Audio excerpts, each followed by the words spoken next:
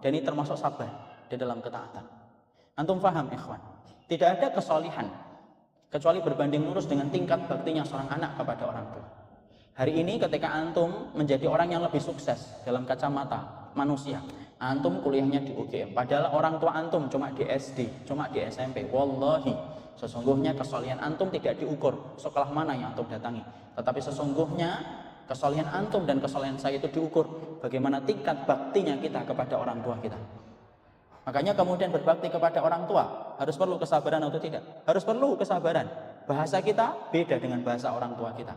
Cara pandang kita berbeda dengan cara pandang orang tua kita. Cara memandang hidup mungkin ada yang beda antara orang tua dengan anak. Tetapi disitulah Allah memberikan kepada kita sebuah perintah supaya bersabar di dalam kesabaran kita menghadapi orang tua. Selamat datang di channel Langkah Iman Istiqomah. Jangan lupa like, komen, dan subscribe. Dan semoga kita semua mendapatkan ilmu yang bermanfaat. Amin. Ikhwan dan akhwat yang semoga Allah rahmati dan Allah berkahi. Sesungguhnya cinta bukan hanya cinta. Cinta itu bukan hanya CINTA. Tetapi sesungguhnya cinta merupakan bagian penting dalam kehidupan kita. Syekhul Islam Ibnu Taimiyah mengatakan di dalam Majmu' Fatawa, dinukil oleh Syekh Shalih Fauzan dalam kitabnya Kitabut Tauhid, hati manusia itu tidak akan sempurna sampai dia mengumpulkan 3 komponen penting. 1, khauf, bahwasanya hati harus senantiasa takut kepada Allah. 2, roja, bahwasanya kita berharap kepada Allah atas rahmatnya dan ampunannya. Dan yang ketiga, mahabbah, bahwasanya kita ingin mendapatkan cinta dalam kehidupan kita ketika kita dicintai oleh Allah. Disitulah yang saya sampaikan bahwasanya cinta itu merupakan perkara yang penting. Makanya sampai Rasulullah di antara untaian doa yang beliau panjatkan kepada Allah bukan hanya meminta surga, bukan hanya meminta dijauhkan dari fitnah, dan bukan hanya pula ketika beliau meminta dijauhkan dari neraka. Tapi di antara doa yang dipanjatkan oleh Nabi ketika Nabi meminta kekuatan 3 cinta yang terukir dalam doa yang indah ketika beliau menyebutkan. Apa 3 cinta yang diminta oleh Nabi? Ketika beliau mengatakan, Allahumma inni as'aluka hubbaka wa hubba man yuhibbuka wa hubba amalin yuqarribuni ila hubbika.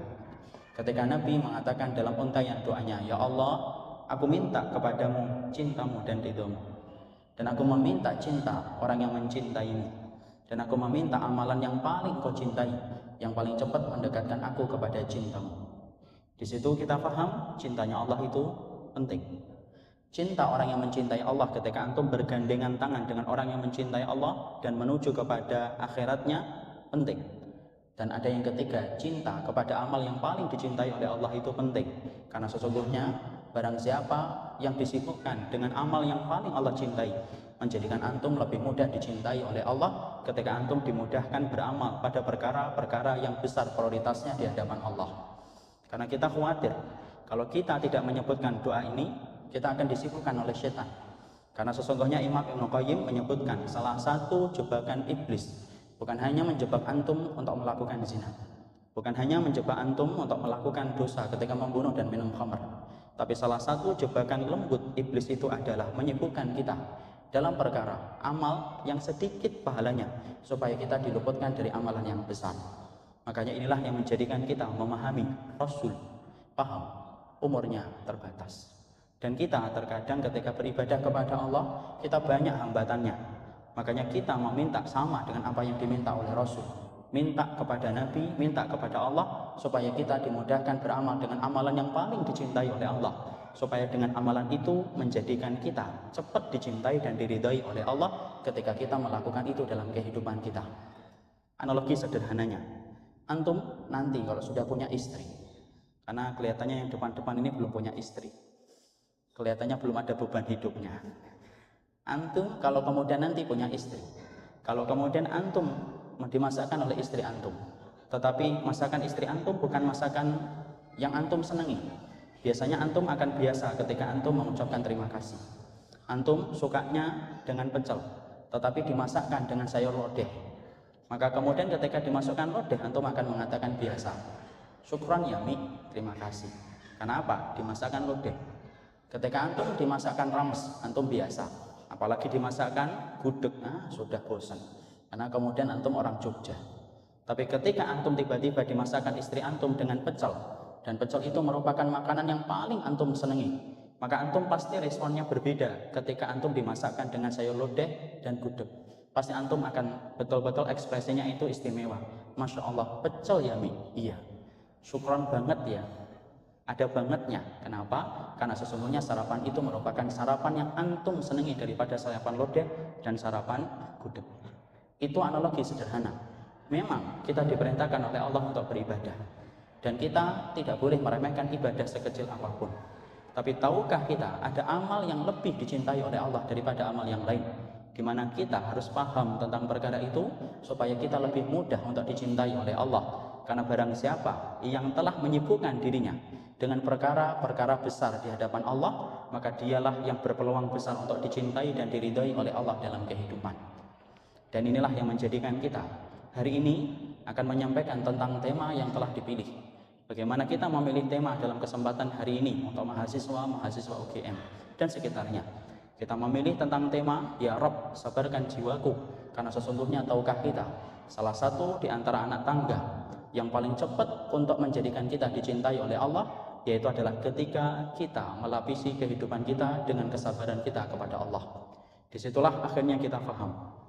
Makanya Allah ketika mewajibkan sabar dalam kehidupan orang yang beriman, Imam Ahmad bin Hanbal itu mengatakan, Allah ketika perintahkan ana dan antum untuk sabar, bukan pada 10 ayat, bukan pula pada 20 ayat.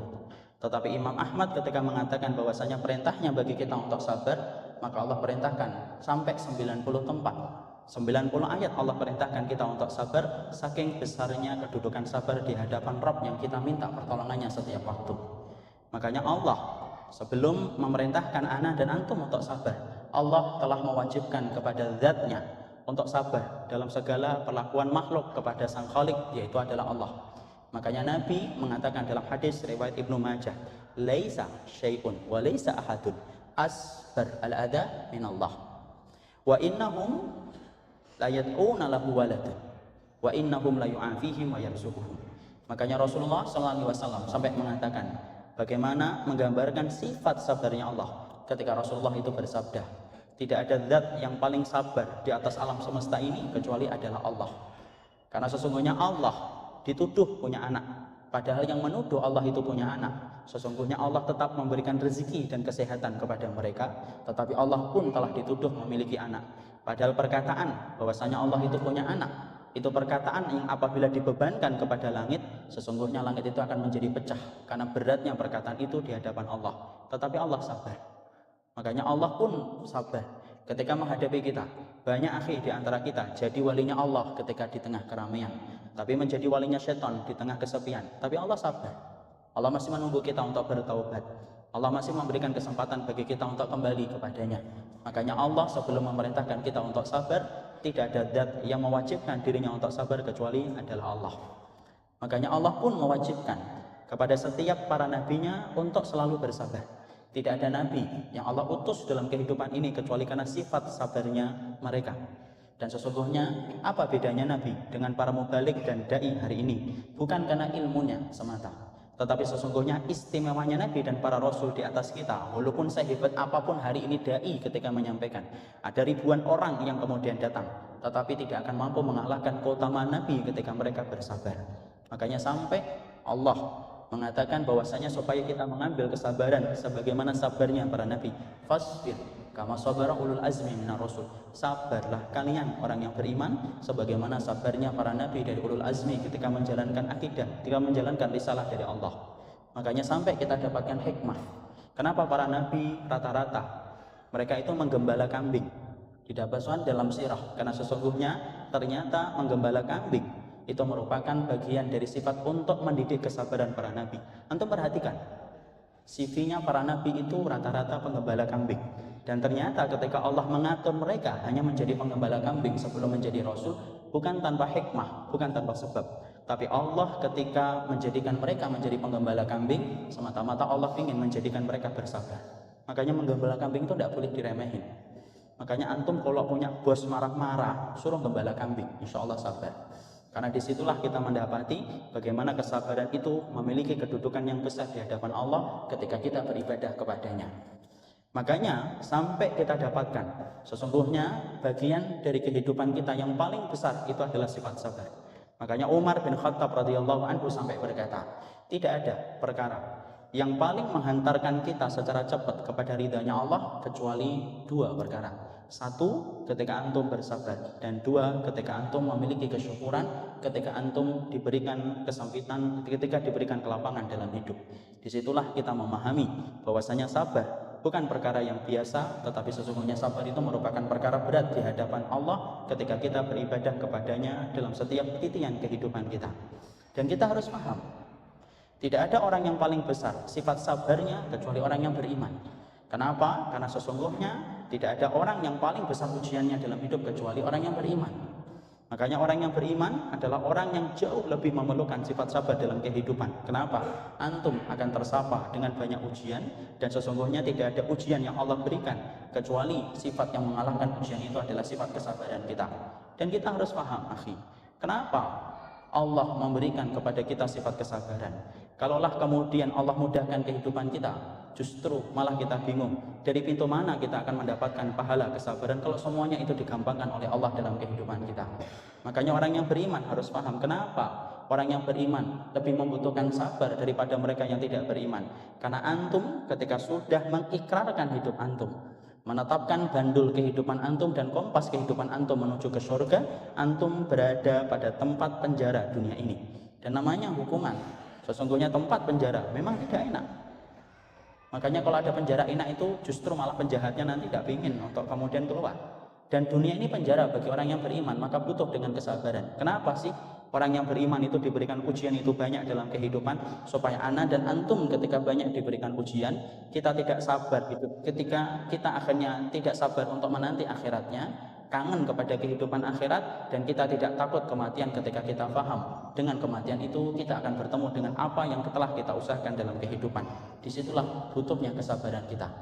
Makanya Allah sebutkan di dalam surat Al-Asr, bagaimana di dalam surat Al-Asr Allah menyebutkan kepada kita bahwasanya menutup surat Al-Asr dengan sebuah ayat, wa tawasau bil haqqi wa tawasau bis sabr.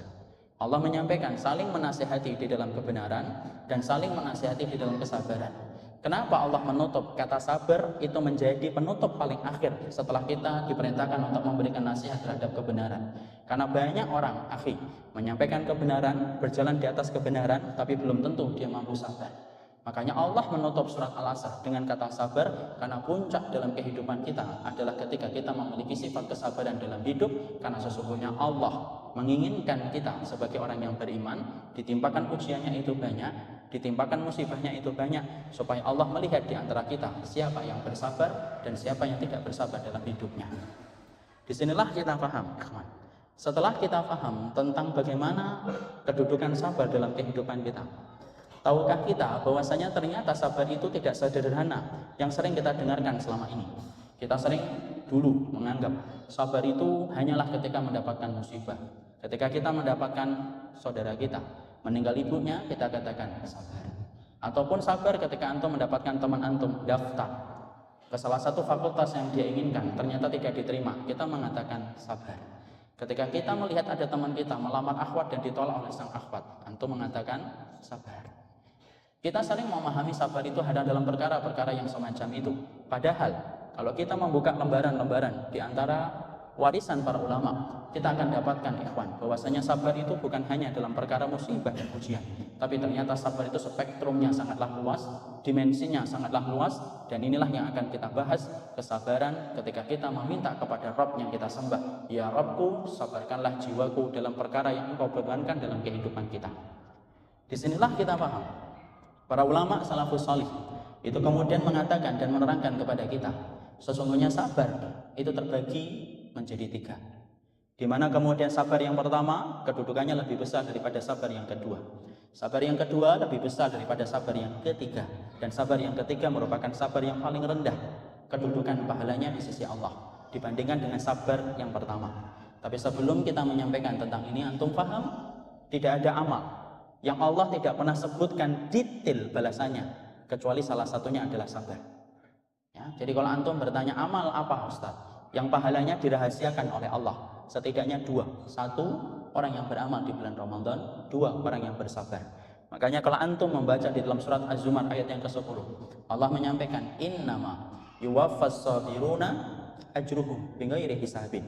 Makanya Allah kemudian menerangkan di dalam surat Az-Zumar ayat yang ke-10, sesungguhnya kami sempurnakan pahala orang yang bersabar, pahala mereka adalah pahala yang tiada batas, bighairi hisabin, tanpa batas. Kenapa Allah tidak detailkan balasannya? Padahal Allah itu kalau memerintahkan kita terhadap satu ibadah, biasanya Allah detailkan balasannya. Antum perhatikan, setiap ayat memerintahkan kita satu ibadah dan setiap sunnah memerintahkan kita satu ibadah. Biasanya antum akan lihat detailnya Allah menerangkan balasan. Contoh, antum diperintahkan untuk sholat syuruk, pahalanya apa? Persis sebagaimana orang yang melaksanakan umrah. Nabi berkata, man sholal ghadati fi jama'atin summa qa'ada yadkurullaha hatta tatlu'a fihi syamsu summa sholat raka'ataini kutiba lahu ka'ajri umratin. Siapa yang sholat subuh berjamaah, duduk berzikir sampai matahari terbit, dia sholat 2 rakaat, maka dia mendapatkan pahala umrah secara sempurna. Allah detailkan balasannya. Antum ketika diperintahkan untuk kemudian sedekah, sedekah itu Allah detailkan balasannya, akhi. Sedekah itu kemudian mampu untuk kemudian memadamkan api neraka. Antum ketika diperintahkan untuk kemudian dzikir sore dan dzikir pagi, Allah detailkan balasannya. Antum mendapatkan pahala sebagaimana membebaskan 4 budak. Antum sedekah didetailkan balasannya 700 kali lipat. Bahkan sampai antum berjihad sekalipun yang merupakan puncak amalan Islam, Allah detailkan balasannya. Antum mendapatkan 70 bidadari. Di situ kita mendapati semua rata-rata amal ibadah diceritakan oleh Allah detail balasannya. Tapi kenapa ketika Allah menceritakan sabar, Allah tidak pernah detailkan balasannya? Apakah mendapatkan sebagaimana pahala haji? Allah tidak sampaikan. Apakah mendapatkan pahala sebagaimana mendapatkan bidadari? Allah tidak katakan. Apakah akan mendapatkan pahala sebagaimana dikali lipat 700 kali lipat sebagaimana sedekah? Allah tidak katakan. Apakah dikali lipat 10 kali lipat setiap hurufnya sebagaimana kita membaca Al-Quran? Allah tidak sampaikan. Allah cuma mengatakan pahala bagi orang yang sabar. Pahala orang yang sabar, pahala mereka tiada batas. Kenapa Allah rahasiakan? Karena besarnya penantian pahala bagi orang yang bersabar dalam hidupnya. Makanya antum perhatikan ikhwan. Makanya analogi sederhananya kan, kalau antum dapatkan ada seorang suami yang akan memberikan hadiah kepada istri, kalau hadiahnya itu biasa, itu pasti dari awal sudah bocor. Apa hadiah itu? Sang suami mempersiapkan hadiah bagi istrinya itu apa? Contohnya, makan gudeg. Itu biasanya dari awal itu sudah bocor. Hadiahnya apa sih, Bi? Makan gudeg. Es tehnya jangan nambah, 1 gelas aja. Itu akan bocor dari awal. Kenapa? Hadiahnya gudeg. Kalaupun dirahasiakan, tidak surprise. Gudeg, gudeg surprise. Kenapa? Karena kemudian cuma gudeg. Tapi beda ketika ada seorang suami ketika akan mempersiapkan hadiah bagi istrinya dan hadiahnya mahal, itu pasti suaminya mampu merahasiakan sampai detik-detik hadiah itu diberikan. Setiap istrinya nanya, hadiahnya apa mas? Rahasia. Kalau hadiahnya apa? Mobil. Misalkan harganya 600 juta. Walaupun ini susah sekali ya diberikan hadiah kayak gini. 600 juta. Setiap istrinya nanya, hadiahnya apa mas? Rahasia. Tunggu tanggal mainnya. Bahkan ketika sudah tinggal hari hanya tinggal ngasih kunci aja, masih banyak syaratnya. Ayo hitung dulu dari 100. Ya, mundur. 199. Kenapa? Karena hadiahnya mobil. Dan disitulah kita paham kenapa Allah merahasiakan pahala orang yang bersabar. Karena sesungguhnya Allah paham tidak ada pahala yang paling besar. Sampai mizan itu tidak mampu menampung keutamaan, kecuali adalah keutamaan bagi orang yang bersabar. Karena disitulah letak kebaikan dalam kehidupan kita. Orang yang berjihad belum tentu sabar. Masa Ustaz? Iya. Mana dalilnya orang yang sabar? Orang yang berjihad itu belum tentu sabar. Antum perhatikan bagaimana kisah yang disampaikan oleh Rasulullah.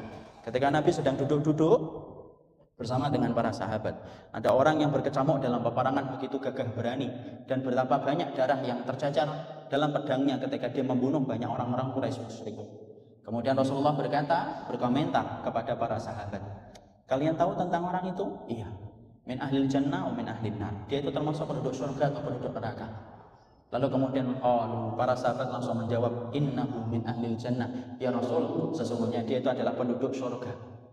Kemudian Rasulullah menyampaikan jawaban yang berbeda, 180 derajat dengan jawaban para sahabat, la innahu min ahlin nari. Dia termasuk penduduk neraka. Maka kemudian akhirnya para sahabat itu bingung, bagaimana ada orang yang berjihad, gagah berani menumpas orang-orang yang memusuhi Allah, tapi dikatakan oleh Nabi sebagai penduduk neraka. Padahal kita paham, tidak ada derajat yang paling mendekatkan kita kepada Allah kecuali derajat orang yang mati syahid. Derajat mereka dekat dengan derajat para nabi di surga. Maka ada satu sahabat yang penasaran dengan apa yang disampaikan Nabi. Dia ikutin, dia ngintil dia sama sahabat yang dikatakan Nabi bahwasanya dia penduduk neraka. Dia perhatikan bagaimana kemudian sahabat tadi menumpas, menerjang barisan musuh dan banyak membunuh orang-orang Quraisy ketika mereka memerangi Allah dan Rasulnya. Tapi akhirnya satu waktu dia tersambet dengan sabetan pedang, jatuh dari kudanya. Ketika dia menghadapi sakaratul maut, dia tidak mampu sabar untuk menunggu proses ketika dicabutnya nyawa. Dia melihat sebilah pedang yang ada di sampingnya. Ketika nyawanya tersengal-sengal, dia tidak sabar untuk merasakan sakitnya. Diraih pedang tersebut, ditusukkan ke tubuhnya berkali-kali dan akhirnya mati. Bukan mati syahid, tetapi matinya mati bunuh diri ketika tidak sabar dalam sepersekian waktu yang apabila dia mampu bersabar, tentunya akan berubah nasib akhirnya di akhirat. Disitulah kita paham, sabar itu puncak kebaikan. Makanya kemudian ketika kita mendapati apa perkara yang paling berat, bukan jihad, bukan menuntut ilmu, bukan pula ketika antum sholat, tetapi yang paling berat dalam kehidupan kita menuju kepada ridhanya Allah, yaitu adalah ketika kita diperintahkan oleh Rabb yang kita cintai, Rabb yang mewajibkan sabar ketika Allah perintahkan kita untuk bersabar. Disitulah kita paham sabar. Pahalanya dirahasiakan oleh Allah, tidak pernah Allah sampaikan pahala orang yang bersabar karena kedudukan yang menanti bagi orang yang bersabar dalam hidupnya. Sekarang kita kembali dari penjelasan tadi. Sabar ikhwan, bukan hanya sabar ketika menghadapi ujian, sebagaimana tadi kita sebutkan contoh kasus-kasusnya. Tapi termasuk di antara sabar yang dijelaskan para ulama itu ada 3. Sabar yang pertama, sabar di dalam ketaatan. Ini merupakan sabar yang paling tinggi. Nanti kita sebutkan yang pertama bagaimana. Sabar yang kedua, sabar ketika kita meninggalkan larangan. Kemudian sabar yang ketiga, sabar ketika kita menghadapi ujian dan musibah. Disinilah kita paham, inilah bentuk sabar. Dan kita akan terangkan satu persatu poin ini, karena sesungguhnya antum tidak akan pernah meminta kepada Allah sifat kesabaran kalau antum tidak paham betapa besarnya kedudukan ini dalam kehidupan kita beribadah kepada Allah. Sekarang yang pertama, sabar ketika menghadapi atau menjalankan ketaatan. Kenapa merupakan sabar yang paling besar kedudukannya? Jauh melebihi sabarnya kita ketika menghadapi ibu kita meninggal dunia. Kenapa sabar ini menduduki keutamaan sabar ketika kita menghadapi larangan? Maka sesungguhnya para ulama menyampaikan sabar di dalam melakukan ketaatan itu merupakan yang paling besar. Kenapa kedudukannya itu paling besar pahalanya? Karena sabar dalam ketaatan tidak bisa dilakukan hanya di satu musim, tetapi sesungguhnya sabar dalam ketaatan itu dilakukan dalam segala musim sampai kita menutup mata. Antum ketika menghadapi ujian, antum sabar, yang memang pilihannya cuma 2. Antum tiba-tiba berdering telepon antum jam 2 malam.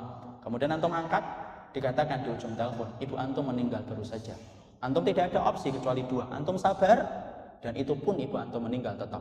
Antum tidak sabar marah-marah banting handphone, walaupun setelah itu tidak bisa beli handphone lagi, tetapi antum juga tidak akan mengembalikan keadaan. Kenapa? Ibu antum tetap meninggal dunia. Orang yang sabar menghadapi musibah, kenapa kok paling sedikit pahalanya? Karena pilihannya cuma 2, sabar atau tidak sabar. Beda dengan ketika kita sabar melakukan ketaatan, pilihannya lebih banyak. Dan semakin banyak pilihan itu antum padamkan satu persatu opsi-opsi yang ada untuk antum tetapi ketaatan itu, itulah yang menjadikan lebih besar sabar dalam ketaatan daripada sabar ketika menghadapi musibah. Contoh, sholat jamaah itu sabar. Karena antum ketika sholat berjamaah banyak pilihan yang antum bisa lakukan. Antum bisa duduk-duduk, antum bisa ngeteh di rumah, antum bisa sambil tiduran, antum bisa mengukurkan waktunya nanti. Tapi antum semua padamkan semua opsi itu. Lalu antum datangi itu kemudian ketaatan itu, antum bersabar atas sholat jamaah itu sampai antum menutup mata, itulah sabar. Sampai kemudian menduduki perintah yang paling besar dan kedudukan pahalanya paling tinggi. Antum datang ke kajian dan sabar ketika ngikutin kajian, maka sesungguhnya itu sabarnya mengalahkan banyak opsi. Habis zuhur, yang paling enak itu apa? Tiduran, Habis makan habis makan kotokan tahu, kemudian antum minum teh hangat, tiduran. Antum bisa rehat, antum bisa ketemu teman-teman, antum bisa kemudian searching kemana-mana ketika antum ingin untuk kemudian di dunia maya. Tapi antum tinggalkan semua itu, kemudian antum datang ke sini, antum memadamkan semua opsi itu. Dan itulah yang menjadikan sabar dalam ketaatan itu menduduki pahala yang begitu besar di hadapan Allah. Kenapa? Sabar dalam ketaatan itu merupakan perkara yang paling besar pahalanya di sisi Rabb yang kita sembah. Sabar dalam taat ikhwan. Sekarang kita buka. Sabar dalam ketaatan itu pintunya banyak. Maka kemudian kita tidak menyebutkan satu persatu sabar dalam ketaatan. Tapi yang jelas bahwasanya ada perkara-perkara yang harus kita pahami bahwasanya di situ dibutuhkan sifat kesabaran yang ekstra. Dan sesungguhnya di situ kita akan mendapatkan pahala yang sangat berlimpah. Ketika saya menyebutkan contoh 2 saja, bukan berarti saya menafikan kesabaran-kesabaran dalam ketaatan-ketaatan yang tidak saya sebutkan. Tetapi saya sebutkan contoh hanya 2 karena keterbatasan waktu dan hanyalah mengambil contoh. Apa sabar yang kemudian membutuhkan dalam ketaatan itu? Contohnya apa, Ustaz? Ada 2 perkara yang ingin saya sampaikan di sini sebelum kita membahas poin yang kedua. Sabar dalam ketaatan itu yang pertama, yaitu adalah sabarnya anak solih ketika mereka menghadapi orang tuanya berudur, berumur, dan berusia lanjut. Itu yang pertama. Dan ini termasuk sabar di dalam ketaatan. Antum paham, ikhwan? Tidak ada kesolihan kecuali berbanding lurus dengan tingkat baktinya seorang anak kepada orang tua. Hari ini ketika antum menjadi orang yang lebih sukses dalam kacamata manusia, antum kuliahnya di UGM, padahal orang tua antum cuma di SD, cuma di SMP. Wallahi, sesungguhnya kesolihan antum tidak diukur sekolah mana yang antum datangi, tetapi sesungguhnya kesolihan antum dan kesolihan saya itu diukur bagaimana tingkat baktinya kita kepada orang tua kita. Makanya kemudian berbakti kepada orang tua harus perlu kesabaran atau tidak? Harus perlu kesabaran. Bahasa kita beda dengan bahasa orang tua kita. Cara pandang kita berbeda dengan cara pandang orang tua kita. Cara memandang hidup mungkin ada yang beda antara orang tua dengan anak. Tetapi disitulah Allah memberikan kepada kita sebuah perintah supaya bersabar di dalam kesabaran kita menghadapi orang tua. Makanya sampai Ibnu Abbas radhiyallahu anhu itu menerangkan ada 3 ayat yang Allah tidak akan terima 3 ayat itu sampai antum menyertakan dengan 3 amal penyertanya. 1, sholatnya antum tidak diterima sampai antum membayarkan zakat. Makanya perintah di dalam Al-Quran, aqimus sholat wa atuz zakah. Aqimus sholat wa atuz zakah. Tegakkan sholat, bayarkan zakat. Yang kedua, taatnya antum kepada Allah tidak akan diterima sampai antum taat kepada Rasul. Makanya perintahnya di dalam Al-Quran apa? Atiullah wa atiur Rasul. Atiullah wa atiur Rasul. Bergandengan. Yang ketiga, syukurnya kita tidak akan diterima oleh Allah. Kata Ibnu Abbas, syukurnya ana dan antum tidak akan diterima oleh Allah sampai kita syukur dulu kepada orang tua kita. Baru barang siapa orang yang mampu membalas setiap sedotan air susu yang pernah dia minum dari ibunya. Dan siapapun yang mampu membalas setiap keringat yang pernah diberikan oleh bapaknya ketika dia hidup, wallahi, disitulah syukurnya baru diterima ketika orang tuanya merasa anak itu telah berbakti kepada mereka. Jangan pernah menepuk dada mengatakan saya bersyukur sama Allah, tapi kemudian ibu kita meneteskan air mata, tetapi kemudian bapak kita berkelam dalam sedihnya. Wallahi, Allah tutup pintu langit dan Allah tidak ada hajat untuk menerima syukurnya kita sampai kita bersyukur kepada orang tua kita. Dan itu butuh sabar. Makanya kemudian antum pahami, tidak ada kebaikan yang Allah segerakan di atas muka bumi ini balasannya di dunia sebelum Allah membalas kebaikan itu di akhirat kecuali apa? Berbakti sama orang tua. Dan Nabi pun mengatakan tidak ada kejahatan yang Allah balas di dunia sebelum kejahatan itu nanti dibalas di akhirat kecuali kejahatan kepada orang tua, yaitu adalah uququl walidain, durhaka sama orang tua. Makanya kemudian sampai kita dapati semua apapun yang antum dapatkan dan antum raih hari ini, ikhwan, apapun itu, semua kemudahan hidup yang antum rasakan hari ini, wallahi itu bukan karena antum hebat dalam proses antum dan keuletan antum, tetapi sesungguhnya hebatnya kita dalam memperoleh kebaikan dan kemudian dalam hidup separuhnya ditopang dari doa-doa yang dipanjatkan dan keberkahan itu datang dari orang tua kita. Makanya Ibnu Abbas radhiyallahu anhu ketika beliau mendapati ibunya meninggal dunia, sedih betul beliau, berkalang dalam sedihnya, tenggelam dalam pilunya, tetesan air matanya begitu banyak, tapi beliau tidak niyahah, bukan, beliau tidak kemudian meratap, beliau nangis, tapi nangisnya tampak sedihnya. Ketika ditanyakan kepada Ibnu Abbas radhiyallahu anhu, apa sih yang menjadikan antum begitu tangisnya meledak-ledak ketika kemudian menghadapi ibu antum yang meninggal dunia? Maka kemudian Ibnu Abbas berkata, Ibnu Umar berkata, karena aku dapati hari ini pintu surga telah tertutup yang paling indah, yaitu pintu tengahnya surga semenjak menutup mata ibuku ketika dia telah kembali kepada Allah. Disitulah kita paham. Jangan remehkan sabar ini. Karena sesungguhnya sabar yang antum lakukan hari ini. Karena ini saya lihat adalah anak-anak muda. Di antara perkara yang sering dihadapi ketika kita belajar adalah bagaimana anak-anak yang baru belajar itu kadang-kadang justru tidak sabar menghadapi orang tuanya. Ketika antum merasa bahwasanya pengetahuan antum lebih banyak daripada pengetahuan ibu dan bapak antum. Ketika antum merasa bahwasanya ngajinya antum yakin lebih dekat kepada kebenaran daripada apa yang dipelajari ibu dan bapak kita. Wallahi, kadang-kadang syaitan itu membengkokkan supaya kita tidak sabar menghadapi orang tua kita. Mana ada kesolihan yang mampu untuk kemudian disejajarkan kepada orang ketika dia tidak sabar kepada orang tuanya. Karena sesungguhnya antum tahu, sampai pahala orang yang jihad sekalipun gagal memasukkan orang ke neraka ketika mereka itu durhaka sama orang tua ketika tidak sabar. Antum dapati akhi, Di depan pintu surga itu ada sebuah tempat yang disebut A'raf, kata Ibnu Abbas, yang disebutkan oleh Imam Adz-Dzahabi dalam kitabnya Al-Kabair. Tempat itu adalah tempat yang diperuntukkan bagi orang yang berjihad. Dia jihadnya karena Allah, tetapi tidak bisa masuk surga. Antum pasti bingung, bagaimana orang yang jihad tidak masuk surga padahal niatnya tulus karena Allah. Maka kemudian diterangkan oleh Nabi SAW, itu adalah tempat bagi orang yang berjihad. Tetapi ketika dia mendapatkan syahadah dalam perjuangannya, dia bersama dengan itu durhaka kepada ibu dan bapaknya. Maka kemudian dia tidak bisa masuk neraka. Kenapa? Allah semenjak ciptakan neraka, Allah haramkan api neraka untuk membakar orang yang menetes darahnya di dalam perjuangan. Tetapi dia tidak bisa masuk surga. Kenapa? Karena pintu surga tidak mampu dilewati sama orang yang durhaka kepada orang tuanya, walaupun anda dan antum berjihad sampai mati. Kenapa? Tidak ada kedudukan yang paling besar, kedudukan kita menjadi orang yang soleh, kecuali berbaktinya kita kepada orang tua kita dulu. Sabarnya kita menghadapi mereka. Dan bagaimana kita menyabarkan jiwa kita ketika bermuamalah dengan mereka. Bahkan saking besarnya pahala ini menanti bagi orang yang sabar menghadapi orang tuanya, ikhwan. Ana sampaikan, sampai Allah samakan kedudukan orang kafir dan orang muslim hanya di satu posisi. Dalam banyak posisi Allah bedakan. Antum kalau mendapati pedagang kafir, ada pedagang muslim. Wallah, beli pedagang muslim dulu akhi. Dengan niatan untuk kemudian al-wala, mendahulukan saudaranya muslim daripada orang kafir. Antum memiliki kemudian tetangga kafir dengan muslim, beda bagaimana perlakuan kita ketika lebih mendahulukan tetangga kita yang muslim daripada yang kafir. Tapi tahukah antum ada satu kedudukan yang Allah tidak pernah bedakan antara muslim dengan kafir? Apa kedudukan yang Allah tidak pernah bedakan antara muslim dan kafir dalam satu posisi? Yaitu ketika mereka menjadi orang tua kita, Allah tidak bedakan. Antum tetap diperintahkan berbuat baik dan tidak mengatakan apapun dari kata dan kasar, walaupun mereka kafir, karena besarnya kedudukan itu di hadapan Allah. Makanya sampai orang yang durhaka sama orang tua, ketika kemudian orang itu tidak sabar menghadapi orang tuanya, itu sampai kita akan dapati Allah membayar cash kontan anak-anak antum kelak akan berlaku persis sebagaimana antum memperlakukan orang tua antum dulu. Makanya kemudian ada sebuah kisah dari zaman salafus saleh, ada seorang ulama Tsabit Al-Bunani rahimahullahu taala pernah mendapati ada seorang anak nampar orang tuanya di tengah pasar. Maka Tsabit Al-Bunani dengan tingkat ilmunya, kewaraannya, solihnya dan zuhudnya tidak rela melihat kemungkaran itu. Dihampiri anak itu untuk dipukul balik karena telah berani menampar ayahnya di tengah-tengah pasar. Apa yang terjadi? Ketika dia akan menampar orang itu, orang tuanya, ayahnya yang ditampar itu menahan tangan Tsabit Al-Bunani dan mengatakan, "Dak, biarin aja.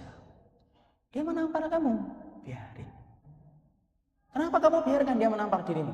Karena hari ini aku sedang membayar hutangku." Apa? Karena dulu aku pernah menampar ayahku tepat pada waktu hari ini anakku menampar pipiku. Disitulah kita paham. Jadi kemudian akhirnya kita mendapatkan apa? Disitulah sampai kita mendapatkan perkataan dari Wahab bin Munabbih, "Man waqara walidayhi, razaqahullahu waladan yuwaqqiruhu, wa man lam yuwaqqir walidayhi lam razaqahullahu waladan lam yuwaqqiruhu." Makanya sampai Wahab bin Munabbih rahimahullahu taala, salah seorang di antara ulama salafus saleh itu sampai berkata, siapapun yang hormat sama orang tuanya, taat sama orang tuanya, bakti sama orang tuanya, Allah akan ngasihkan dia dengan anak yang hormat kepadanya persis sebagaimana dia dulu hormat kepada orang tuanya. Sebaliknya barang siapa anak yang kemudian dia durhaka sama orang tua, apapun alasan antum tidak dibenarkan oleh syariat untuk itu. Siapapun orang anak yang kemudian durhaka kepada orang tuanya, Allah akan kasihkan balasan cash kontan. Allah akan kasihkan anak yang juga durhaka kepada antum persis sebagaimana antum dulu durhaka kepada orang tuanya. Makanya inilah yang menjadi hal yang pertama. Ini penting, ikhwan. Saya sampaikan kenapa saya pilih tema ini, karena sesungguhnya dunia anak-anak remaja itu kadang-kadang ketika dipenuhi dengan idealisme, mendapatkan ilmu yang baru, komunitas yang baru, kadang-kadang kemudian kita menjadi orang yang terkadang lebih arogan daripada apa yang telah dimiliki oleh orang tua kita. Wallahi akhi, sesungguhnya majelis ilmu yang antum ikuti sebanyak apapun itu, kalau hanya menjadikan antum kasar kepada orang tua, wallahi ilmu itu tidak akan pernah barokah di hadapan Allah. Kenapa? Sabar itu di antara sabar yang menempati puncak ketinggian dalam ketaatan kita ketika sabar itu apa? Sama orang tua. Bukan berarti kita membenarkan apa yang salah, enggak. Sabar itu bukan membenarkan yang salah, tapi ngerti kapan berkata dan kapan harus diam. Kapan ngerti harus memberikan nasihat dan kapan harus mengganti metode nasihat. Karena banyak orang yang tidak sabar. Baru ngamalin sunnah 1, 2, lalu kemudian kita mendapatkan ini, ngomong ketus sama orang tua kita. Dan kadang-kadang ngomongnya orang tua saya awam dan jahil, Ustaz. Kayak antum sudah pinter aja. Padahal kemudian kita tahukah, mungkin orang tua kita hari ini belum paham, ikhwan, disebabkan kita ini dulu merepotkan hidup mereka, sampai menjadikan mereka itu tidak sempat untuk kemudian datang ke kajian, sampai menjadikan mereka tidak sempat untuk membuka Al-Quran dan mempelajari hadis, disebabkan apa? Antum yang nongol duluan di dalam rahimnya, dan menjadikan mereka itu belum paham agama. Kenapa kita buru-buru kemudian menyalahkan? Gak sabar sama orang tua kita. Ini sabar yang pertama. Banyak ikhwan-ikhwan pondok gitu ya, santri gitu. Bahasa Arab baru hadihi gitu. Keluar-keluar udah nyala-nyalain orang tuanya. Bapak sih enggak bisa hadihi. Padahal juga baru hadihi tok, enggak ada yang lain. Tapi kemudian kita sudah menistakan orang tua kita seakan-akan orang tua kita itu di bawah kita dan kita lebih paham. Dan ketika kita menyampaikan, kita tuh maunya dipahami tanpa berusaha untuk memahami mereka. Akhi, orang tua kita kalaupun pernah jatuh dalam salahnya, antum paham dong. Mereka hidup pada zaman yang beda dengan zaman kita. Makanya kesabaran yang harus kita berikan itu apa? Wallahi, kesabaran yang paling penting yaitu adalah kesabaran ketika kita menghadapi orang tua kita apapun kelakuan itu. Kenapa? Kesolihan pribadi itu berbanding lurus dengan tingkat baktinya kita dan sabarnya kita menghadapi orang tua kita. Bahkan sampai saya pernah baca satu tulisan dari satu grup. Saya tidak ngerti, tapi dikatakan dalam informasi BC tersebut, dikatakan ini bukan orang muslim. Sampai ada komunitas etnis tertentu, itu kemudian ada salah satu di antara mereka itu membuat tulisan. Tulisan itu broadcast, sampai saya kemudian mendapatkan tulisan itu. Ada yang menarik dari perkataan dia. Saya melihat komunitasku, mereka tidak beriman loh ini, tidak muslim. Aku melihat teman-temanku, tidaklah mereka dijadikan rezeki mereka lancar, kecuali disebabkan karena aku mendapati mereka memperlakukan orang tua mereka kayak raja, rezeki mereka kayak raja. Dan tidaklah aku melihat sebaliknya, ada orang tuaku, ada melihat teman-temanku, ada yang gagal, bangkrut, terlilit utang, terlilit hukum, pidana, terlilit dengan perempuan dan akhirnya menjadi masalah. Tidaklah aku melihat orang itu di antara temanku yang akhirnya rezekinya seret, kecuali karena dia memperlakukan orang tuanya sebagaimana pembantu, maka kemudian akhirnya rezekinya pun sebagaimana pembantu. Ada orang kafir. Makanya sampai kita dapatkan Imam Abbas itu berkata, sampai kebaikan kepada orang tua, sekalipun kepada orang tua, kalaupun itu dilakukan sama orang kafir kepada orang tuanya yang kafir, Allah tetap memberikan balasan kepada anak itu. Walaupun balasan Allah bagi orang kafir terbatas di dunia, tidak berkelanjutan dalam kehidupan di akhirat, tapi Allah tetap berikan. Saking apa? Besarnya kedudukan kita ketika bersabar menghadapi mereka. Ini yang pertama. Makanya Masya Allah ikhwan, inilah yang menjadikan kita kemudian harus mengukur. Kalau antum ingin diukur bagaimana tingkat antum dalam kebaikan ketika mempelajari tauhid dan mempelajari sunnah, tidak usah jauh-jauh. Mengukur keberkahan ilmu antum ketika antum telah belajar tauhid, melalang buana dalam satu kajian ke kajian berikutnya. Antum ukur diri antum di hadapan Allah sebagaimana antum ukur kedudukan antum di hati orang tua antum dulu. Kalau enggak, susah kita mengukur bagaimana keberkahan ilmu kita. Makanya inilah yang menjadikan kita sabar. Ya Rabb, sabarkan jiwaku ketika menghadapi orang tua. Ikhwan, apapun benarnya antum, kita tetap menjadi anak. Kita tetap menjadi bayi. Kita tetap menjadi anak kecil di hadapan orang tua. Walaupun terkadang kita benar. Walaupun kemudian kita harus ngerti bagaimana kita membahasakan mereka itu. Bagaimana membahasakan nasihat kepada mereka. Tapi itulah itu sabaran. Makanya sampai Nabi SAW pernah ngaminkan doanya. Malaikat Jibril ketika Nabi itu naik mimbar. Mimbarnya Nabi ada 3 lantai, ada 3 tingkat. Kemudian Nabi ketika naik mimbar yang pertama, amin. Naik mimbar yang kedua, amin. Naik mimbar yang ketiga, amin. Para sahabat celingu, yang diaminkan siapa? Kemudian para sahabat mereka bertanya kepada Nabi, ya Rasulullah, yang kau aminkan apa ya Rasulullah?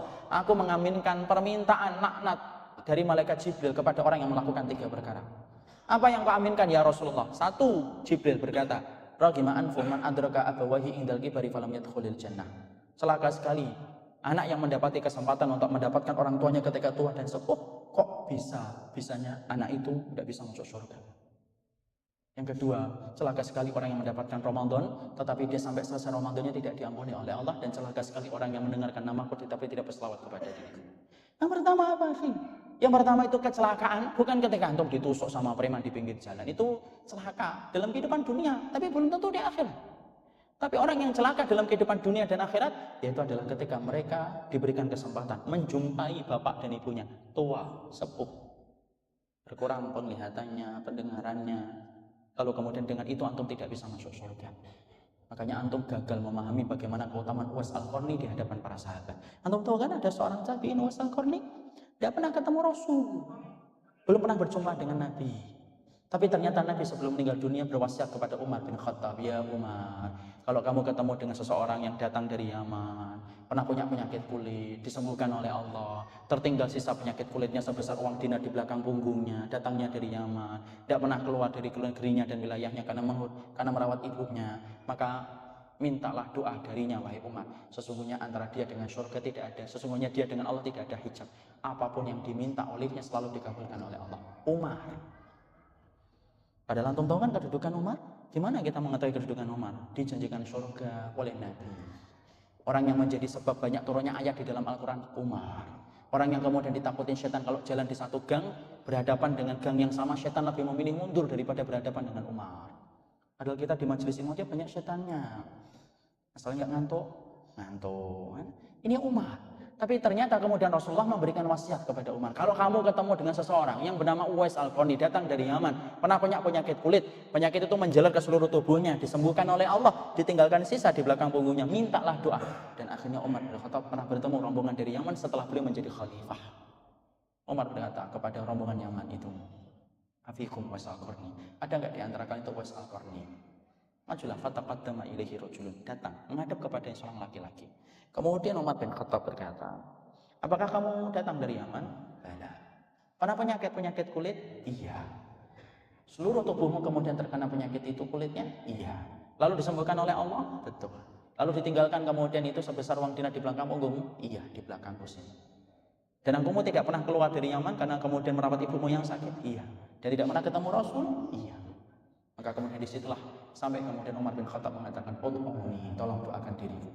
Kemudian Uwais Al-Qarni berkata, aku laga bimislika ya Umar. Apakah orang semacam diriku mendoakan dirimu wahai Umar? Karena Uwais Al-Qarni mengakui bagaimana hebatnya iman Umar bin Khattab radhiyallahu anhu. Lalu kemudian Umar menyebutkan keutamaan Uwais Al-Qarni yang tidak pernah didengarkan oleh Uwais Al-Qarni dari Nabi. Disitulah baru Uwais Al-Qarni akan mendoakan Umar. Antum minta, antum tahu permintaannya Umar apa? Permintaan Umar cuma satu, tolong doakan semoga aku diampuni. Dan kemudian mengangkat tangan Uwais Al-Qarni supaya Umar bin Khattab diampuni dosanya. Siapa? Orang yang justru berbakti kepada orang tuanya, menjadikan pintu langit terbuka lebar dan tidak ada hijab antara dirinya dengan Allah. Itu loh sabar akhi.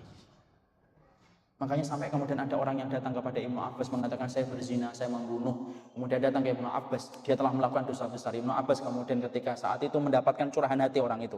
Orang itu berkata, apa ada pintu yang bisa menjadikan terhapus segala dosa-dosaku yang begitu besar? Dijawab Ibnu Abbas, ada. Punya ibu atau enggak? Sudah meninggal dunia, punya bibi, punya bibi. Kamu kemudian berbaktilah kepada bibimu untuk menggantikan ibumu. Disitulah kamu akan dihapuskan dosa-dosanya. Di situ ikhwan. Makanya masya Allah, kebaikan hidup kita terletak bagaimana kesabaran kita menghadapi orang tua. Disitulah di antara puncak nomor pertama, sabar dalam ketaatan itu yang pertama, yaitu adalah sabar ketika kita menghadapi orang tua kita. Poin yang kedua, sabar dalam ketaatan. Sabar dalam ketaatan dalam poin yang kedua itu apa? Sabar dalam ketaatan itu yang kedua adalah sabar ketika kita mendapatkan kebenaran. Sabar ketika mendapatkan kebenaran. Karena banyak orang yang ketika mendapatkan kebenaran, dia datang ke kajian, mendapatkan kebenaran, akhirnya dia paham. Maka sesungguhnya yang paling berat ketika sudah mendapatkan ilmu itu apa? Istiqomah. Itu yang paling berat. Makanya ayat yang paling banyak memutihkan rambutnya Nabi itu apa? Ayat yang memerintahkan istiqamah. Fastaqim kama umirta. Pemencah ma'aka wala tatghaw. Wahai Muhammad, sabarlah kamu, istiqomahlah kamu terhadap apa yang kami perintahkan bersama dengan orang yang bertobat dan janganlah kamu melampaui batas. Sabar yang kedua ikhwan. Ketika kita meminta kepada Allah itu apa? Sabar kalau kita sudah mendapatkan ilmu. Karena ternyata mendapatkan kebenaran itu akan mengundang banyak ujian dalam kehidupan kita. Berapa banyak ikhwan orang yang dulunya ketika sebelum ngaji hidupnya itu gampang aja. Tapi setelah kemudian dia mendapatkan ilmu, duduk di majelis ilmu, kemudian akhirnya mengkaji, akhirnya kemudian dia memahami apa yang terjadi. Maka banyak perkara yang harus dia tinggalkan, di mana dia sebelum dia datang ke kajian, justru kemudian dia biasa melakukan itu dan kemudian merasa tidak ada apa-apa dalam hidupnya. Tapi setelah mendapatkan ilmu, dia paham, di situ dia harus meninggalkan. Makanya disitulah kita paham, sabar mendapatkan ilmu itu bukan sabar ketika kita duduk di majelis ilmunya saja. Tapi sabar ketika mendapatkan ilmu menempati posisi yang tinggi dalam kehidupan kita beribadah sama Allah itu kenapa? Karena sabar dalam ilmu itu konsekuensinya sepanjang masa selama hayat di kandung badan. Berapa banyak orang yang gagal akhi ketika mendapatkan kebenaran? Ustaz, iya. Berapa banyak orang yang di awal kehidupannya berlimpah dengan iman tetapi matinya minus dari iman? Sebutkan Ustaz, Ubaidillah bin Jahsy. Bukankah kita kemudian paham siapa itu Ubaidillah bin Jahsy? Sahabat Nabi. Siapa kemudian suami istrinya? Ummu Habib. Siapa Ummu Habib itu? Anaknya Abu Sufyan, gembong orang musyrikun. Sebelum masuk Islam termasuk gembong pembesar Quraisy musyrikun bersama Abu Jahal dan Abu Lahab. Beliau masuk Islamnya ketika Fathu Mekah. Tapi ketika sebelum Fathu Mekah adalah orang yang paling membenci Nabi dan termasuk pembesarnya Quraisy. Sampai kemudian Ubaidillah bin Jahsy sama Ummu Habib hijrah ke Habasyah yang pertama, hijrah ke Habasyah yang kedua. Ikhwan. Hidupnya pada zaman Rasul. Quran diturunkan, sunnah Nabi diucapkan langsung oleh Rasul. Mukjizat dilihat langsung oleh matanya. Tapi apakah menjamin bahwasanya beliau sabar sampai di akhir hidupnya? Enggak. Ubaidillah bin Jahsy akhirnya kemudian menjadi murtad, berpindah kepada agama Nasara. Tidaklah dia mati kecuali dalam keadaan telah keluar dari agama Allah ketika tidak sabar. Di situ kita paham. Sabar yang kedua itu apa? Mendapatkan ilmu yang benar. Makanya hari ini akhi, ketika kita mencoba untuk mengganti kompas kehidupan kita dari segala macam pemikiran-pemikiran yang menjauhkan kita dari Nabi dan para sahabat, kalaupun akhirnya kita hari ini hadir dalam satu panggung yang bernama panggung untuk ngikutin Rasul dan para sahabat, ingat, itu butuh sabar. Karena banyak yang akan kemudian menggelincirkan kita dari jalan kebenaran itu. Ya, apalagi di universitas, kampus, yang kemudian dianggap menjadi tempat yang paling tepat untuk meraih kader. Dan banyak orang yang menjajakan pemikiran-pemikiran yang kemudian sifatnya menyimpang dari apa yang disampaikan Rasul dan para sahabat. Makanya hari ini ketika Allah telah memilih antum, lalu kemudian antum sudah mulai mempelajari bagaimana indahnya untuk ngikutin Rasul dan ngikutin para sahabat, ikhwan. Yang paling berat bukan pertama kali ketika ngaji. Yang paling berat bukan ketika pertama kali antum mulai menikmati kajian ilmu bersama dengan para ustadz yang menyampaikan kalam Allah dan kalam Rasul. Yang paling berat sabarnya kita di atas jalan ini ketika kita sampai kita meninggal dunia. Kenapa? Panggung kebenaran itu sedikit pengunjungnya, banyak komentatornya. Makanya Masya Allah, sabar itu berat itu dalam mendapatkan ilmu. Berat, akhi. Ada seorang ikhwan itu habis kajian, ngikutin saya habis kajian. Kemudian nangis, dia cerita sama saya, Masya Allah Ustaz, tadi materinya pas dengan saya. Antum tahu materinya apa saat itu? Itu materi tentang al-kabair, dosa-dosa besar. Saat itu materinya tentang dayus. Dayus itu apa? Dayus itu adalah rojulun. Rojulun, laki-laki yang kemudian membiarkan kemaksiatan terjadi kepada keluarganya. Itu dayus. Alladzi yuqirul khabisa fi ahlihi. Alladzi yuqirul khabisa fi ahlihi. Yang membiarkan keburukan itu menimpa keluarganya. Itu dayus. Karena apa? Antum ingat, dayus itu menimpa laki-laki, tidak wanita. Dia menimpa laki-laki.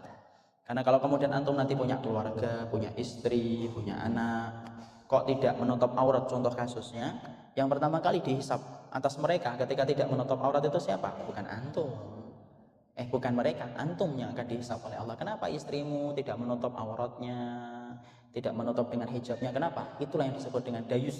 Salah satu laki-laki yang paling dibenci oleh Allah sampai Allah tidak bertatap muka dengan pemilik sifat dayus. Habis kajian, ngikutin saya. Kemudian nangis, nangis dia. Kemudian dia menyampaikan kepada anak, Ustaz, saya punya istri yang tidak kunjung menutup auratnya. Bagaimana sikap saya? Bilang sabar. Mungkin istri antum belum memahami. Sabarlah. Terus dia nangis. Akhirnya saya memberikan apa yang bisa saya bagikan untuk beliau. Setelah itu saya naik kemudian pulang menuju kepada perjalanan berikutnya. Saya merenung dalam perjalanan itu. Ikhwan tadi, kalau tidak ngaji, kira-kira dia nangis atau tidak nangis? Enggak lah. Mungkin dia biasa aja. Kenapa? Dia paham. Dia tidak paham bahwasanya dayus itu akan menjadikan dia dimurkai oleh Allah. Mungkin dia santai. Berapa banyak, maaf ya, berapa banyak laki-laki hari ini istrinya tidak menutup hijab dan tidak menutup aurat, anak-anaknya memperlihatkan aurat sampai lekuk tubuhnya kelihatan. Lalu kemudian apa? Bapaknya santai aja, suaminya seneng. Kelihatan kan istri saya cantik, rambutnya hitam ikal. Kenapa? Ya dia belum paham. Coba kalau ikhwan tadi yang nangis, akhi, antum lihat dia ketika dia belum ngaji, kira-kira nangis atau tidak nangis? Tidak nangis dia. Tapi justru air matanya tumpah itu kapan? Setelah dia ngaji, dia paham, dia dengar, malah justru kemudian apa? Nangis. Kadang-kadang ngaji itu menjadikan kita yang dulunya nggak nangis jadi nangis. Yang menjadikan dulunya nggak sedih jadi sedih. Kenapa? Akhirnya kita memikirkan, loh terlalu banyak kesalahan kita ketika terkoreksi dengan ilmu yang kita dapatkan. Itulah beratnya pengajian. Karena ngaji itu bukan membenarkan apa yang kita pelajari, tapi ngaji itu untuk meluruskan apa yang salah dalam kehidupan kita. Makanya maaf ya kalau dalam setiap kajian tiba-tiba ada yang tersindir. Itu bukan ustadznya kenal antum dan nyindir antum secara khusus. Ustadznya juga nggak kenal antum juga. Tapi kemudian ketika itu disampaikan karena pada dasarnya ilmu itu mengkoreksi kita. Makanya disitulah kita butuh kesabaran. Ngikutin apa yang disebut dengan kebenaran ketika kita meminta sama Allah. Bahkan antum tahu, tidak ada doa yang pertama kali kita sebutkan di dalam Al-Quran kecuali apa? Doa meminta hidayah, petunjuk jalan yang lurus. Dan kita ulang-ulang dalam sehari 17 kali. Itu pun yang wajib tok. Bahkan doa ini merupakan doa yang pertama kali disebutkan dalam Al-Quran. Ihdinas siratal mustaqim. Antum tahu yang dinamakan siratal mustaqim itu apa? Abdullah bin Mas'ud ketika beliau ditanya, "Ma huwas siratal mustaqim?" Siratal mustaqim itu apa sih? Abdullah bin Mas'ud kemudian mengatakan, "Alladzi tarakana alaihi Rasulullah wa ashabu." Yang ditinggalkan Nabi dan para sahabat itulah yang disebut dengan jalan yang lurus. Dan jalan di situ itu tidak gampang. Makanya sabar di situ. Sulit. Dan banyak ujiannya, akhi. Karena kita tidak menjamin bahwasanya apa yang kita dapatkan akan menjadi sesuatu yang kita pegang sampai hari esok. Berapa banyak tadi saya katakan orang yang awalnya itu bertabur dalam iman, tapi kemudian di akhir kehidupan itu minus dari iman.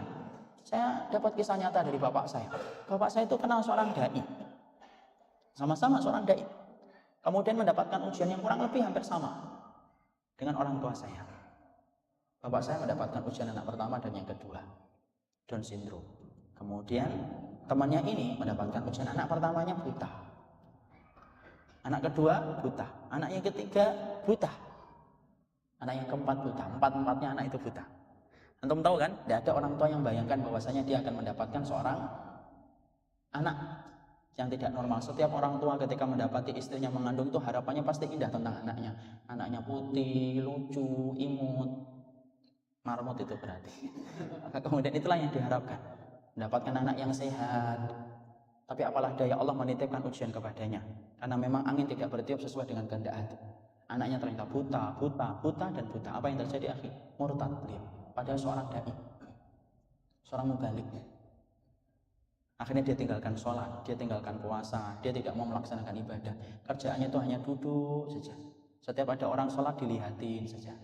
Bahkan kemudian kadang-kadang datang ke musola tempat dia pernah ngisi, datang ke masjid yang dia pernah khotbah Jumat. Kadang-kadang dia nyindir kepada orang yang berdoa. Kalian itu doa sama siapa? Sama Allah lah Pak Yai. Allah itu tidak ada. Saya berdoa dapetin anak itu satu aja yang normal, empat-empatnya dikasih buta. Berarti Allah itu tidak ada. Sia-sia kalian itu berdoa semacam itu. Lihat. Disitulah kita ngambil pelajaran apa? Masya Allah. Ujian orang yang beriman itu berat ketika setelah mendapatkan ilmu. Makanya sabar dalam taat itu diantara hal yang penting saya tekankan itu apa? Sabar ketika kita telah mendapatkan cahaya kebenaran. Makanya Masya Allah ikhwan. Makanya ketika kalau kita sudah mendapatkan ini, maka sikap yang kita lakukan itu apa? Sabarkanlah jiwa kita ketika berjalan di atas kebenaran. Ya, bukan berarti ketika antum berjalan di atas kebenaran kemudian antum galak, ketus. Kadang-kadang saya heran itu sama orang yang ketika baru ngaji tapi galaknya, Masya Allah. Itu ketika ngaji itu makan berapa cabai sih? Ngomongnya ketus, seakan-akan sudah ribuan kitab dipelajari itu. Tidak paham tentang perbedaan para ulama, ngomongnya macam-macam itu. Ngajinya sekali dalam sepekan tapi menghujatnya 100 orang dalam sepekan. Apa itu? Bukan berarti kemudian setelah kita memegang kebenaran kemudian menjadikan kita ketus, enggak lah. Tapi di situ kita paham, sabar. Ketika kita meminta, sabarkan jiwa kita. Setelah sabarnya kita menghadapi orang tua itu apa? Sabarkanlah diri kita bersama. Ketika kita menempuh jalan kebenaran, bahwasanya jalan kebenaran itu cuma satu, jalan yang ditinggalkan Nabi dan para sahabat dan tidak bisa ditawar dengan ajaran yang lainnya. Dan disitulah kita paham, itulah sabar yang pertama, sabar ketika kita melakukan ketaatan. Maka mintalah kepada Allah kesabaran itu, karena sesungguhnya kesabaran dalam dua perkara itu menempati posisi yang paling tinggi di antara sabar-sabar yang lainnya. Itu yang pertama. Sekarang kita bahas sabar yang kedua. Sabar yang kedua, akhi, yaitu adalah sabar ketika meninggalkan larangan.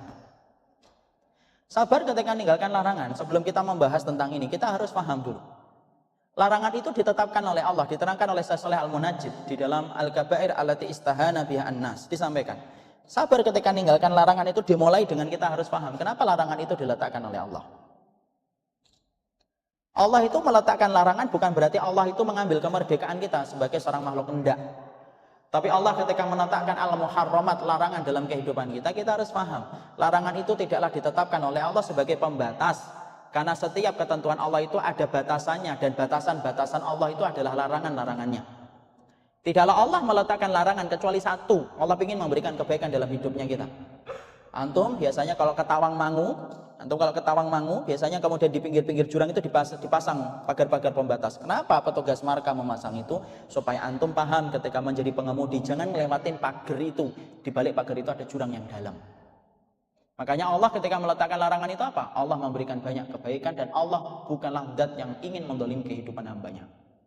Kenapa saya sampaikan kayak gini sebelum saya menjelaskan sabar terhadap larangan? Karena banyak orang itu kadang-kadang ketika baru ngaji, kadang-kadang suka protes. Anak itu setelah ngaji kok dikit-dikit dilarang, itu enggak boleh, itu enggak boleh. Padahal dulu sebelum ngaji kehidupan saya merdeka itu. Padahal kemudian larangan itu diletakkan untuk apa? Untuk memuliakan kita. Tidak ada larangan itu yang kemudian ingin mengecualikan kita, tidak ada. Makanya antum perhatikan, setiap larangan diletakkan oleh Allah kecuali memberikan kemaslahatan. Orang yang rewel ketika dilarang itu sama dengan anak kecil ketika dilarang orang tuanya ketika dia tidak paham. Antum lihat saja anak-anak kecil biasanya, maaf ya, ini contoh di situ tuh. Biasanya ada anak kecil bermain-main di tingkat kedua, misalkan di situ. Orang tuanya ngambil. Biasanya apa yang dilakukan sang anak ketika kebiasaannya itu diganggu? Marah dia, nangis dia. Kalau bahasa Jawanya gembor-gembor, bengok-bengok. Dia memarahi ibunya dan memarahi bapaknya gara-gara mengambil kemerdekaan dia ketika lagi bermain-main di pinggir pagar. Dia tidak paham anak itu. Kalau kemudian tidak diambil, yang terjadi apa? Anak itu akan jatuh. Anak itu akan jatuh. Dan anak itu kemudian akan tertimpa fatal. Akibatnya mungkin dia akan meninggal ketika jatuh dari tempat yang tinggi. Anak kalau tidak paham, rewel dia, nangis. Dan ibunya mungkin akan dipukul, ibunya akan dicakar. Karena kemudian dia tidak paham tentang apa yang dimaksudkan oleh larangan ibunya. Makanya para ulama sampai mengatakan kalau ada orang yang rewel ketika dia dilarang oleh Allah, pada larangan Allah itu jauh lebih sedikit daripada perintahnya Allah dan apa yang diperbolehkan, itu pada dasarnya kayak anak kecil ketika dilarang sama ibunya dia rewel. Makanya antum jangan rewel kalau kemudian dilarang sama Allah, karena larangan itu pasti ada kebaikan. Pasti ada kebaikan. Makanya Allah itu memberikan larangan itu untuk memuliakan kehidupan kita, dan Allah ingin melihat batas kesabaran kita. Makanya setelah kita paham bahwasanya larangan itu tidaklah bermaksud kecuali memberikan kebaikan dalam hidup kita. Apa sih dua perkara yang disebutkan ulama? Perkara yang banyak orang tidak sabar ketika meninggalkan larangan itu apa? Padahal larangan itu banyak. Para ulama lalu kemudian menyebutkan ada dua dosa yang paling banyak orang itu tidak mampu sabar ketika diperintahkan untuk meninggalkan larangan itu. Tanpa bermaksud membatasi bahwasanya larangan itu hanya dalam dua perkara itu. Tidak, larangan banyak, akhi. Tapi para ulama, Abdul Badawi Al-Khalafi dalam kitabnya Ahbabullah itu menyampaikan ada dua larangan yang dilihat oleh beliau yang paling banyak orang itu tidak mampu sabar ketika menghadapi larangan itu. Apa itu yang pertama? Yang pertama yaitu adalah larangan untuk meninggalkan zina dan menjauhi zina dan membenci zina. Makanya kemudian Imam Ibnu Qayyim mengatakan dua perkara yang banyak manusia tidak sabar di atas larangan itu, yaitu adalah dosa yang dilakukan oleh mulut dan dosa yang dilakukan oleh syahwat. Dosa yang dilakukan oleh itu apa? Makan. Dan dosa yang dilakukan syahwat itu apa? Yaitu adalah berzina. Makan dari harta yang haram dan syahwat itu adalah dengan zina. Nah, kita akan sebutkan tentang dua perkara ini. Makanya kemudian kita akhirnya lihat, inilah dua larangan yang kemudian antum diperintahkan untuk sabar sebagaimana saya diperintahkan untuk sabar. Dan kita mulai dari larangan tentang masalah zina. Dan kita harus paham. Antum tahu ikhwan, zina itu bukan perkara ringan. Dan kedudukan orang yang mampu meninggalkan zina itu kedudukannya besar banget di sisi Allah. Makanya antum perhatikan perkataan dari Syekhul Islam Ibnu Taimiyah. Allah ketika melihat Yusuf ditimpa dengan dua perkara yang diminta dengan kesabaran. Yang pertama, ketika Nabi Yusuf diperintahkan sabar ketika dibuang oleh 11 saudaranya. Nabi Yusuf harus sabar ketika dibuang di sumur tua sampai menjadi budak di Mesir. Dan yang kedua, sabarnya Yusuf ketika digoda oleh istri sang raja. Lihat akhi. Apakah Allah banyak memuji Nabi Yusuf ketika beliau sabar menghadapi ujian diperlakukan semena-mena oleh saudaranya? Allah tidak banyak memuji Yusuf dalam perkara itu. Tapi Allah banyak memuji Yusuf di mana?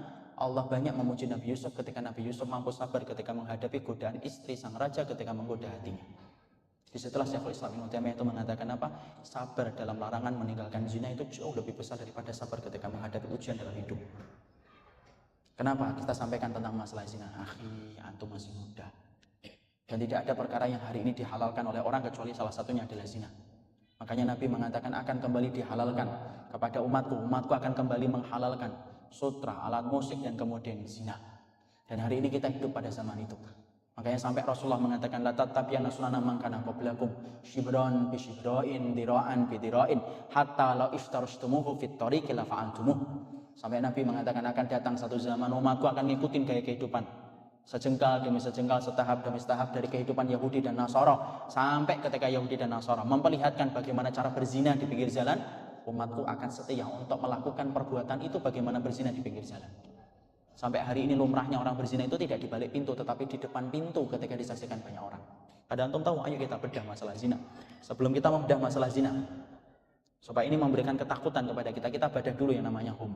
Tidak ada hukuman hudud yang paling berat dirasakan manusia dalam pelaksanaannya kecuali dalam dua perkara. Hukuman hudud bagi pelaku homo dan hukuman hudud bagi pelaku zina. Antum tahu homo? Homo itu hududnya berat.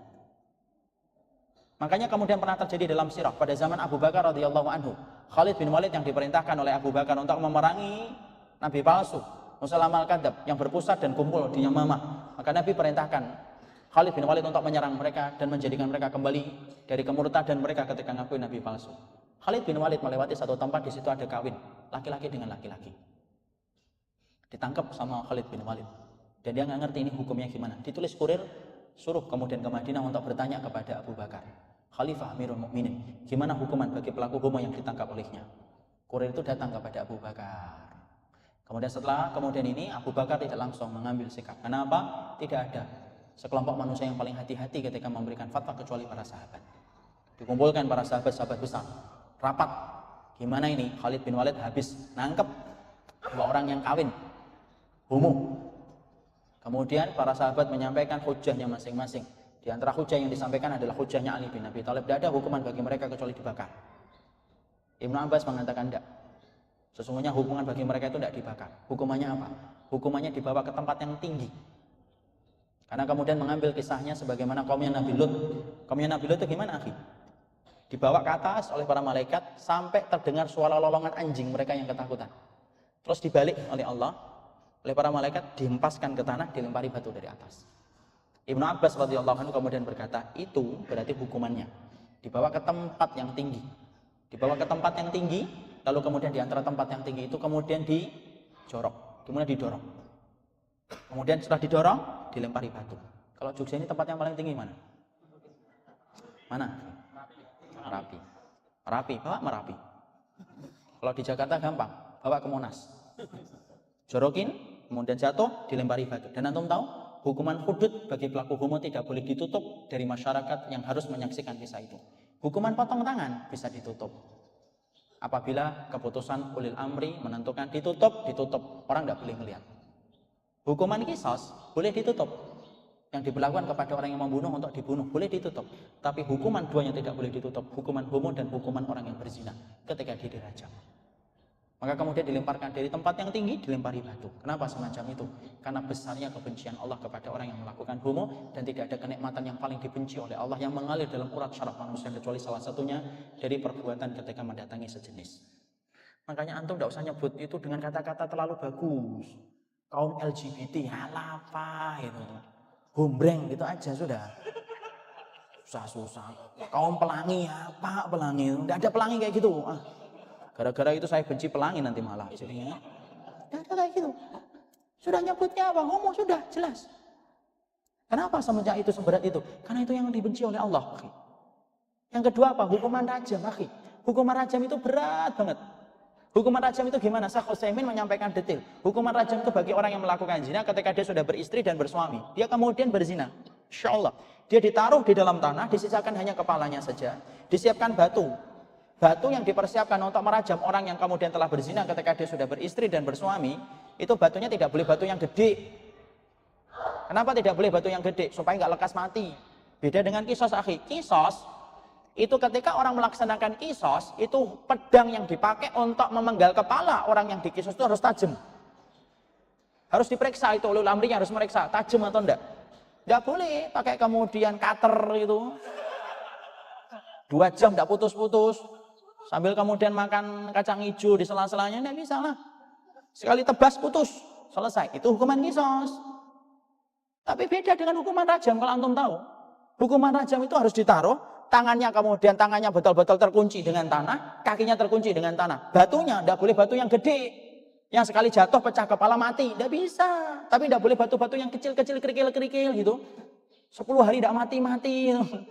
Tapi batu yang sedang. Kenapa batu yang sedang untuk merajam itu? Karena sesungguhnya Syekh Utsaimin menerangkan supaya orang yang berzina itu merasakan puncak penderitaan sebagaimana puncak kenikmatan yang dia rasakan ketika berzina dari ujung rambutnya sampai ujung jempol kakinya. Kenapa? Karena tidak ada dosa yang mengalirkan kenikmatan sampai urat syaraf itu mendapatkan kenikmatan yang haram itu, kecuali itu didapatkan dari zina. Dan hukumannya tidak main-main, dibalas dengan hal yang sama, penderitaannya pun sama dari ujung rambut sampai ujung jempol. Emang dikira gampang apa zina itu? Dikira, alah cuma zina, alah cuma begituan doang. Ringan itu di hadapan Allah. Makanya kemudian tidak ada perkara yang paling najis di atas muka bumi ini, kecuali apa? Keluarnya air laki-laki sebelum terjadi akad ijab qabul yang resmi. Dan tidak ada rahim yang paling najis di atas muka bumi ini kecuali rahim yang kemudian dibuka untuk seorang laki-laki yang belum menghalalkan dirinya di hadapan Allah. Paling najis itu rahimnya. Makanya hukuman bagi orang yang berlaku zina itu hukumannya berlaku walaupun dia bertaubat. Misalkan ada orang laki-laki dan perempuan A dan C nikah, A dan B zina, lahir C. Maka kemudian walaupun A dan B ini kemudian bertobat, tidak merubah konsekuensi yang berlaku kepada C. Apa itu? Bapaknya tidak bisa menjadi wali nikahnya. Tidak bisa mewarisi, tidak bisa nasab kepada bapaknya. C bin A, tidak boleh. Saya sudah tobat terus tidak bisa. Itu konsekuensinya. Nikmatnya 5 menit, seumur hidup harus membalas. Makanya ketika saya nyampaikan kajian tentang zina, ada salah satu bapak-bapak ketemu saya habis kajian nangis. Cerita, saya punya anak 3 anak, salah satu putri saya kelas 3 SMP, Ustaz. Itu saya kemudian dulunya saya berzina dengan ibunya. Ibunya sekarang jadi istri saya. Kalau entar lagi nikah gimana? Saya sudah tobat. Saya mengatakan tidak bisa dirubah, Pak, mau diapain? Nangis beliau. Saya sudah tobat, saya ngerti, insya Allah moga-moga Allah terima tobatnya Bapak. Tapi hukumannya tetap berjalan. Makanya anak-anak yang kemudian dihasilkan dari tempat-tempat yang semacam itu disebutnya apa? Waladun lil firash. Anaknya tempat tidur yang terjadinya tumpah zina itu. Tidak bisa diinikan. Kenapa? Pesannya kelakuan itu. Makanya sabar dalam perkara zina itu tidak main-main. Apalagi ketika kita hidup hari ini, ketika kembali dihalalkan zina dengan bentuk kata-kata yang dihaluskan. Ada yang mengatakan hubungan pranikah lah, ada yang mengatakan ML lah, ada yang hubungannya dalam proses saling memahami fisik lah, halah sama aja lah. Ya punya kamus saja. Ya memang begitu dari dulu ngomongnya, makanya nggak dikatakan zina kan. Sekarang dulu WTS disebutnya sekarang apa? PSK, kalau nggak disebut PSK apa? Kupu-kupu malam, nggak ada lah hubungannya tetap. Bapak pezina tidak disebut bapak pezina, sekarang ngetren. Bapak biologis, alah apa itu? Zinahi.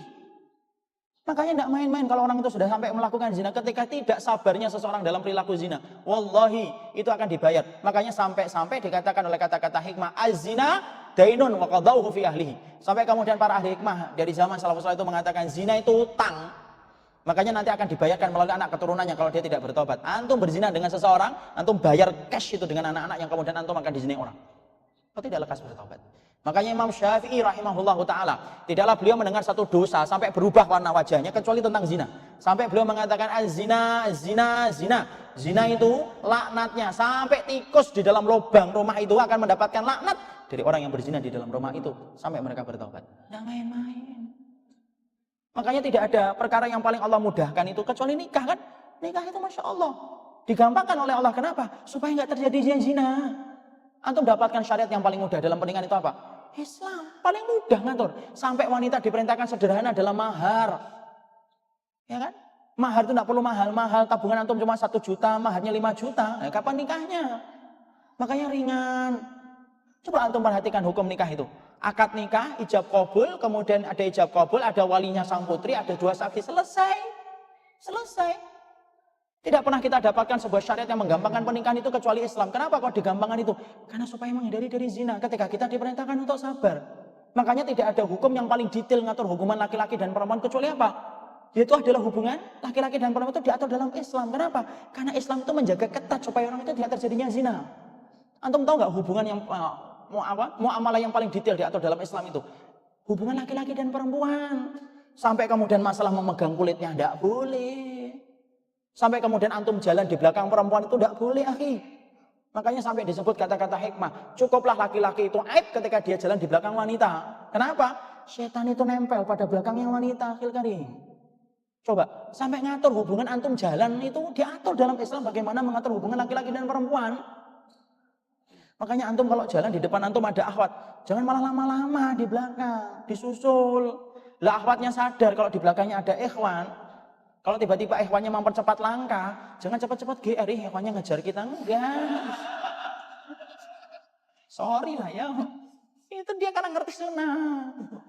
Lu sampai sedetail itu ngatur hubungan laki-laki dan perempuan. Kenapa sampai sedetail itu ngatur? Ya karena kemudian ditutup dari zina itu. Dan ingat ini ikhwan, zina itu tidak instan, tapi zina itu adalah proses yang lama. Proses yang lama. Makanya antum kalau sudah kenal sama orang istikharah, cepatlah nikah. Karena apa yang kita khawatirkan zina ikhwan? Orang yang sabar terhadap perkara zina itu menduduki kedudukan yang besar di hadapan Allah. Hari ini Masya Allah lakinya sabar, perempuannya tidak sabar. Coba. Makanya kalau kemudian kita tidak menghalalkan segera di hadapan Allah, maka itulah yang kita khawatirkan. Makanya sampai ulama mengatakan apa? Sabar dari perilaku zina merupakan sabar yang besar. Kedudukannya nomor 2, sabar ketika meninggalkan larangan. Itu yang kedua. Sabar yang kedua. Sudah dikasih 10 menit. Ini pun 15 menit yang lalu. Ya sudahlah, gak apa-apa. Memang belajar itu tidak bisa instan. Tidak apa-apa, tapi yang jelas bahwasanya disitulah kita paham. Sabar itu bukan hanya dalam perkara, yaitu adalah ketika kita menghadapi musibah, tapi ternyata sabar itu spektrumnya besar. Sabar yang pertama itu sabar dalam ketaatan, dan sabar ketaatan itu saya wakilkan 2. Yang pertama yaitu adalah sabar menghadapi orang tua, terutama anak laki-laki. Ikhwan, saya katakan, antum berapapun istri antum kelak, berapapun anak antum tetap menjadikan, antum tetap menjadi anak, dan pintu surganya antum bukan ke istri, tapi surganya antum kepada bapaknya dan ibunya. Kecuali perempuan sebelum nikah pintu surganya ibu dan bapak. Perempuan ketika sudah nikah tidak ada pintu surganya kecuali adalah suaminya. Makanya antum carilah seorang wanita yang mampu membantu antum untuk membuka pintu surga antum bersama orang tua antum. Karena apa? Anak laki-laki pintu surganya tidak pernah berubah sampai dia mati, yaitu adalah kepada orang tuanya. Sabar yang kedua yaitu adalah sabar ketika kita mendapatkan ilmu yang benar. Sabar meninggalkan larangan itu 2. Sabar yang pertama yaitu sabar ketika antum menahan diri dari zina. Prosesnya segerakan. Antum kalau kemudian berkata saya belum punya apa-apa, yang ngasih rezeki Allah, bukan antum. Sabar yang kedua dari riba, saya sampaikan. Antum tahu, singkat saja, tidak ada harta yang paling najis di atas muka bumi ini kecuali harta yang didapatkan dari riba. Antum tidak usah bangga kalau tiba-tiba ditawari profesi di sebuah lembaga-lembaga riba. Karena biasanya anak-anak mahasiswa itu senang banget kalau kemudian tiba-tiba mendapatkan tawaran di lembaga-lembaga ribawi. Antum tahu nggak harta ribawi itu? Sampai harta ribawi itu, para ulama aja berbeda pendapat bagaimana menyikapi harta ribawi. Sebagian ulama mengatakan boleh dimanfaatkan harta riba kalau orangnya bertaubat, tapi dalam perkara yang tidak dimakan. Terus gimana?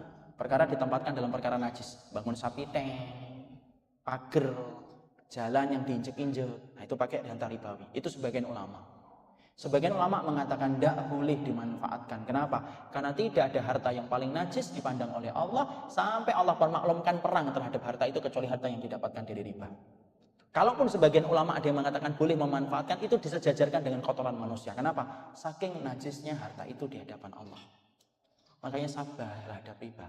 Jangan sampai ketergesa-gesaan antum mendapatkan rumah, motor, dan mobil menjadikan antum mengambil jalan pintas dengan cara riba. Kalau mobil itu miliknya antum, datang dengan cara yang Allah persiapkan. Tapi kalau kemudian antum mempersingkatnya dengan cara riba, wallahi mobil antum menjadi mobil yang paling najis di hadapan Allah Subhanahu wa taala. Makanya sabar terhadap riba merupakan sabar yang banyak kaum muslimin tidak mampu bersabar ketika meninggalkan zina, ketika meninggalkan riba.